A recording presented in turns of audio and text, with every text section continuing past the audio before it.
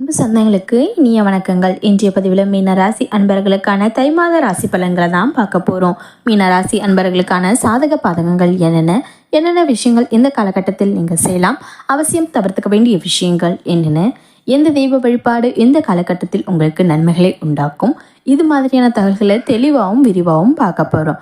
So கொஞ்சம் கூட video skip பண்ணாமல் முழுமையாக பார்க்க முயற்சி பண்ணுங்கள். இப்போ தான் நம்ம சேனலை முதன்முறையாக பார்க்குறீங்கன்னா மறக்காமல் சப்ஸ்கிரைப் பண்ணிக்கோங்க. பக்கத்தில் இருக்க பெல் பட்டன் ஆல்ன்ற ஆப்ஷனையும் கிளிக் பண்ணிக்கோங்க. வாங்க இப்போ வீடியோக்குள்ளே போகலாம். மீனத்தை பொறுத்த வரைக்கும் உங்கள் ராசியில் ஜென்மத்தில் ராகு, 2ஆம் இடத்துல குரு, 7ஆம் இடத்துல கேது, 9ஆம் இடத்துல சுக்கிரன், 10ஆம் இடத்துல புதன் செவ்வாய் இணைகிறாங்க. மேலும் 11ஆம் இடத்துல சூரியன், 12ஆம் இடத்துல சனி. அதேமாரி இந்த மாதத்தினுடைய செகண்ட் பார்ட் ஆஃப் வீக்கில் பார்த்தீங்கன்னா சுக்கிரன் உங்கள் ராசிக்கு 9ஆம் இடத்துல இருந்து 10ஆம் இடத்துக்கு மாறி புதன் செவ்வாயோட போய் இணைகிறாரு. மேலும் இந்த மாதத்தினுடைய செகண்ட் பார்ட் ஆஃப் மந்தில் பார்த்தீங்கன்னா கரெக்டாக 17ஆம் தேதி புதன் உங்கள் ராசிக்கு 10ஆம் இடத்துல இருந்து 11ஆம் இடத்துக்கு மாறி சூரியனோட போய் இணைகிறாரு. அதனை தொடர்ந்து பார்த்தீங்கன்னா கரெக்டாக 22ஆம் தேதி செவ்வாய் உங்கள் ராசிக்கு 10ஆம் இடத்துல இருந்து 11ஆம் இடத்துக்கு மாறுறாரு. சூரியன் புதனோட போய் இணைகிறாரு. அண்ட் ஃபைனலாக பார்த்தீங்கன்னா 28ஆம் தேதி சுக்கிரன் உங்கள் ராசிக்கு பார்த்தீங்கன்னா 10ஆம் இடத்துலேருந்து 11ஆம் இடத்துக்கு மாறுறாரு. இதுதான் இந்த தை மாதத்தினுடைய கிரக நிலைகள். இப்போ விரிவாக ராசியை பார்க்கலாம். மீனத்தை பொறுத்த வரைக்கும் பார்த்தீங்கன்னா விரைய சனி காலகட்டம், 7.5 சனியுடைய ஆரம்பம். முதல் 2.5 வருடம் அப்படி இப்படின்னு வந்துட்டு இருக்கு. சனி 12ல் ஜென்மத்தில் ராகு. ஸோ ஜென்மத்தில் ராகு வந்தாலே நிறைய குழப்பங்களே வந்துடும். எந்த டைரக்ஷனில் பயணிக்கிறது, எதை பண்ணுறது அப்படின்ற குழப்பம் உங்களுக்கு நிறையவே இருக்கும். இந்த மீனத்தை சேர்ந்தவங்களாம் பார்த்தீங்கன்னா அதனுடைய கன்வெக்ஷன் எப்படி இருக்கும் அப்படின்னா நிறைய அதிர்ச்சி, நிறைய மனநிலைகள் மாற்றம், வெறுப்பான மனநிலை, எதுலேயும் பெருசாக உடன்பாடு இல்லாமல் ஒரு சகிப்புத்தன்மையோடு உங்களோட நடந்துட்டு இருக்கும். ஒரு மந்தத்தன்மையும் அதில் இருக்கும். ஜென்மத்தில் ராகு இருக்கும் பொழுது தேவையில்லாத சிந்தனைகள் வரும், தேவையில்லாத குழப்பங்களும் வரும். சிந்தனை தெளிவில்லாத ஒரு மனநிலை உங்களுக்கு சான்சஸ் அதிகமாகவே இருக்குது. ரொம்ப எதையுமே குழப்பிக்க வேண்டாம், ரொம்ப எதுவும் வரி பண்ணிக்க வேண்டாம். இந்த தலை சம்மந்தப்பட்ட விஷயங்கள்லாம் கொஞ்சம் கவனமாக இருக்கணும்.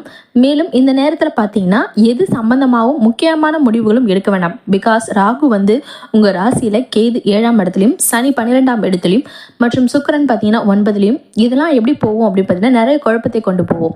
ஒரு தெளிவு இல்லாத ஒரு முடிவை எடுக்க முடியும். ஒரு விஷயத்தை ஏதாவது முடிவு பண்ணணும் அப்படின்னு பார்த்தீங்கன்னா அது ஒரு தெளிவில்லாமல் போயிட்டு இருக்கும். இப்போ பெருசாக எதுவுமே பார்த்தீங்கன்னா ஒரு முக்கியமான முடிவுகள், முக்கியமான முயற்சிகள் எல்லாம் இந்த நேரத்தில் ஸ்டார்ட் பண்ண வேண்டாம். ஸோ அதுக்கான ஒரு பெரிய அளவிலான ஃபேவர் கிடையாது. அடுத்ததாக பார்த்தீங்கன்னா மீனத்தை பொறுத்த வரைக்கும் பார்த்தீங்கன்னா இந்த மாதத்தில் உங்களுக்கு என்ன ஸ்பெஷல் அப்படின்னு பார்த்தீங்கன்னா குரு 2ல் இருக்கார். உங்கள் ராசி அதிபதி 10ஆம் அதிபதி 2லையும் மற்றும் செவ்வாய் குரு பரிவர்த்தனை ஆகியிருக்காங்க. பரிவர்த்தனை யோகம் மிக சிறப்பாக வேலை செய்யும். இது டெஃபினட்டாக எதில் வளர்ச்சி கொடுக்க போகுதுன்னா உங்களுடைய உத்தியோகம், தொழில் சார்ந்த விஷயங்கள்லாம் டெஃபினட்டாக வளர்ச்சியை கொடுக்கும். இப்போ ஏதாவது பிஸ்னஸ் பண்ணுறீங்க, இல்லை பிஸ்னஸ் பண்ணிட்டு இருக்கீங்க அப்படின்னா அந்த பிஸ்னஸ் நல்ல வளர்ச்சியும் நல்ல லாபமும் இந்த மாதத்தில் கண்டிப்பாக இருக்கும். மேலும் பார்த்தீங்கன்னா உத்தியோகத்தில் சம்பள உயர்வு, பதவி உயர்வு இதெல்லாம் இந்த மாதத்தில் கிடைக்கிறதுக்கான வாய்ப்புகள் அதிகமாகவே இருக்கிறது. சூரியன் பார்த்தீங்கன்னா 11ஆம் இடத்துல இருக்கிறாரு. ரொம்ப சிறப்பான நிலையில இருக்காரு.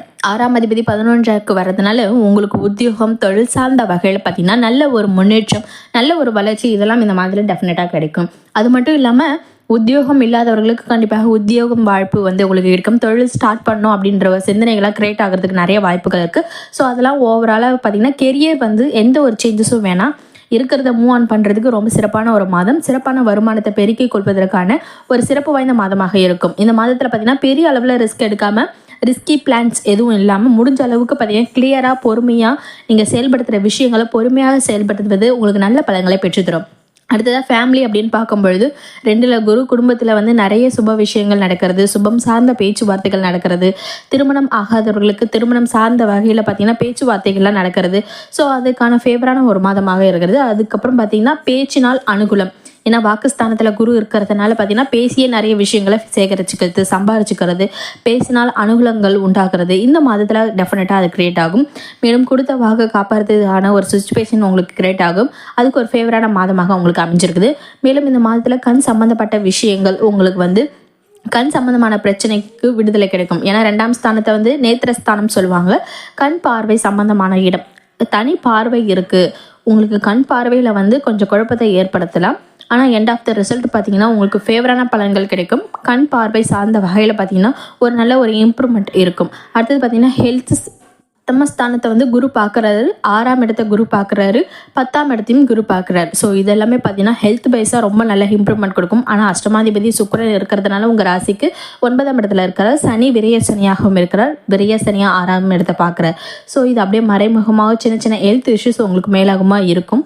சின்ன சின்ன மருத்துவ செலவுலாம் வரலாம். ஸோ மேலோட்டமாக உங்களுக்கு பார்த்தீங்கன்னா ஓரளவுக்கு பலன்களை தான் தரும். ஸோ மீனம் பார்த்தீங்கன்னா ஹெல்த் வைஸாக சேஃப் தான், பெருசாக குழப்பம் எதுவும் இல்லை. எல்லாத்துலேயுமே ஒரு விடுதலை கிடைக்கக்கூடிய, ஒரு நிவர்த்தி கிடைக்கக்கூடிய ஒரு அமைப்பு உண்டாகும். மேலும் தந்தை தாய் வழி சார்ந்த விஷயங்களை பார்க்கும்பொழுது சுக்கிரன் 9ஆம் இடத்துல, அஷ்டமாதிபதி 9ஆம் இடத்துல இருக்கிறதுனால இந்த மாதிரியுடைய ஃபர்ஸ்ட் பார்ட் ஆஃப் வீக்கில் தந்தை சார்ந்த வகையில் ஏதாவது மருத்துவ செலவுகள், தந்தைக்கு ஏதாவது உடல் ஆரோக்கிய பிரச்சனைகள் எல்லாம் வந்து போகலாம். தந்தையுடைய உறவு நிலையில் சற்று கவனமாக இருந்துக்கிறது உங்களுக்கு சிறப்பு. மாதத்தினுடைய செகண்ட் பார்ட் ஆஃப் வீக்கில் பார்த்தீங்கன்னா சுக்கிரன் உங்கள் ராசிக்கு பார்த்தீங்கன்னா 10ஆம் இடத்துக்கு மாறுறாரு. சுக்கிரன் செவ்வாய் கன்ஜெக்ஷன் இது பார்த்தீங்கன்னா சுக்கிரமங்கல யோகம் உண்டாக்கும். ஃபேமிலியில் பார்த்தீங்கன்னா ஒரு சுபம் சார்ந்த பேச்சுவார்த்தைகள் நடக்கும். அது மட்டும் இல்லாமல் இந்த பிஸ்னஸ், உத்தியோகம் இதெல்லாம் பார்த்தீங்கன்னா ஒரு மகிழ்ச்சியான தருணங்களாக அனுபவிக்கிறதுக்கு ஒரு அமைப்பு இருக்குது. ஸோ அதிகமான ஒரு மகிழ்ச்சிகரமான ஒரு நிகழ்ச்சிகள் அதிகமாக கலந்துக்கிறதுக்கான வாய்ப்புகள் உங்களுக்கு கிடைக்கும். அதே சமயத்தில் பார்த்தீங்கன்னா வாழ்க்கைத்தினுடைய உடல் ஆரோக்கியத்தில் சற்று கவனமாக இருக்கணும். ஏன்னா புதனோட இணையறதுனால, புதன் 7ஆம் அதிபதி அவரோட 10ல் இணையறதுனால பிஸ்னஸ், உங்களுடைய தொழில், உத்தியோகம் இது சார்ந்த சிந்தனைகள்லாம் சற்று அதிகமாக இருக்கிறது. இந்த நேரத்தில் பார்த்தீங்கன்னா தந்தை, ஃபேமிலி அது மட்டும் இல்லாமல் வாழ்க்கை துணை இது சார்ந்த வகையில் பார்த்தீங்கன்னா ஒரு சில குழப்பங்கள் வந்துட்டு போகலாம். ஏன்னா அவங்க மேலே உங்களுக்கு கவனம் செலுத்த முடியாது. நீங்கள் மட்டும் உங்கள் உத்தியோகம், தொழில் அப்படின்னு போயிட்டு இருப்பீங்க. இதனால் ஃபேமிலிக்குள்ளார ஒரு சில குழப்பங்கள் வரலாம், மருத்துவ செலவுகள் வரலாம். குறிப்பாக தந்தை மேலும் வாழ்க்கை துணை இவர்களுடைய உடல் ஆரோக்கியத்தில் கூடுதல் விழிப்புணர்வோடு செயல்படுவது நல்லது. அடுத்ததாக பார்த்தீங்கன்னா பொருளாதாரம் அப்படின்னு பார்க்கும்பொழுது விரேசனை காலகட்டமாக இருக்குது. ஜென்ம ராகு 7ல் கேது. ஸோ அப்படியே ஒரு மாதிரி கொலாப்ஸ் பண்ணிக்கிட்டே இருக்கும். பணம் வருது செலவாகுது, பணம் வருது செலவாகுது. இப்படியே வந்து சூரியன் வந்து பொருளாதார ரீதியாக வளர்ச்சி கொடுக்குறார். ஆனால் விரயத்தில் இருக்கிற சனி தொடர் விடய செலவுகளையும் கொடுத்துட்டு இருக்காரு. ஸோ தந்தை வகையில் விரைய செலவுகள் இருக்கலாம். ஃபேமிலி குடும்பத்தினுடைய தேவைகளுக்காக அதிக செலவு செய்வது, ஃபேமிலி தேவையை நம்மளால் பூர்த்தி செய்ய முடியல அப்படின்னு ஒரு கவலை இருக்கிறது. ஃபேமிலிக்காக பொருளாதார சூழ்நிலையில் நிறைய மாற்றங்கள் ஏற்பட்டுக்கிட்டே இருக்கும். அதுமாதிரி ஹெல்த் வைஸாகவும் பார்த்தீங்கன்னா உங்களுடைய பர்சனல் ஹெல்த்தும் நிறைய சேஞ்ச் பண்ணிக்கிறது. பர்சனல் ஹெல்த்தை வந்து நிறைய இம்ப்ரூவ் பண்ணிக்கிறது. அதுக்காக வந்து நிறைய செலவு செய்வது, கடன் கட்டுவது, நீங்கள் கடனை கட்டு முடிப்பதற்கான முயற்சிகளை எடுப்பது, கடன் சார்ந்த வகையில் சிந்தனைகள் அதிகரிப்பது, கடன் கொஞ்சம் இருக்குது கடனை கொஞ்சம் கட்டி முடிக்கணும் அப்படின்னு முயற்சி பண்ணுவது. ஸோ அதுக்கெல்லாம் ஒரு ஃபேவரான மாதமாக இருக்குது. மேலும் ராகு ஜென்மத்தில் இருக்கிறாரு. ஆகவே பார்த்திங்கன்னா ஹேர்ஃபால் சம்மந்தப்பட்ட பிரச்சனைகள்லாம் வரதுக்கு வாய்ப்புகள், தலை சார்ந்த வகையில் பிரச்சனைகள் உங்களுக்கு வரலாம். அதுக்கான செலவு செய்வதற்கும் வாய்ப்புகள் உண்டு. பொருளாதார ரீதியாக கொடுக்கல் வாங்கல் விஷயங்களில் கூடுதல் விழிப்புணர்வு இயல்பாகவே இருக்கணும். விடேசனி காலகட்டத்தில் பொருட்கள் தொலைகிறது, நிறைய சேதங்கள் ஏற்படுவது, தொடர்ந்து வந்து பார்த்திங்கன்னா ஒரு குழப்பத்துக்கு மேலே குழப்பம், மேலும் பிரச்சனைக்கு மேலே பிரச்சனை, தேவைக்கு மேலே தேவை வந்துக்கிட்டே இருக்கிறது. இதெல்லாம் பார்த்திங்கன்னா விரேசனையில் இயல்பு தான். ஸோ எல்லாத்துலேயும் நிதானம், பொறுமை தேவை. அது மட்டும் இல்லாமல் பொருளாதார ரீதியாக சிக்கனம், தேவையற்ற செலவுகளை குறைச்சிக்கிறது.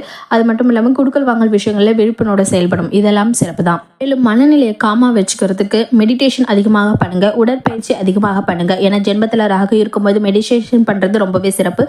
ஜென்மத்துக்கு ராகு வந்துட்டாலே மெடிடேஷன் பண்ணுறது போய் உட்காந்துக்கணும். குறிப்பாக மீனராசி கண்டுகாரர்கள் கண்டிப்பாக பண்ணணும்.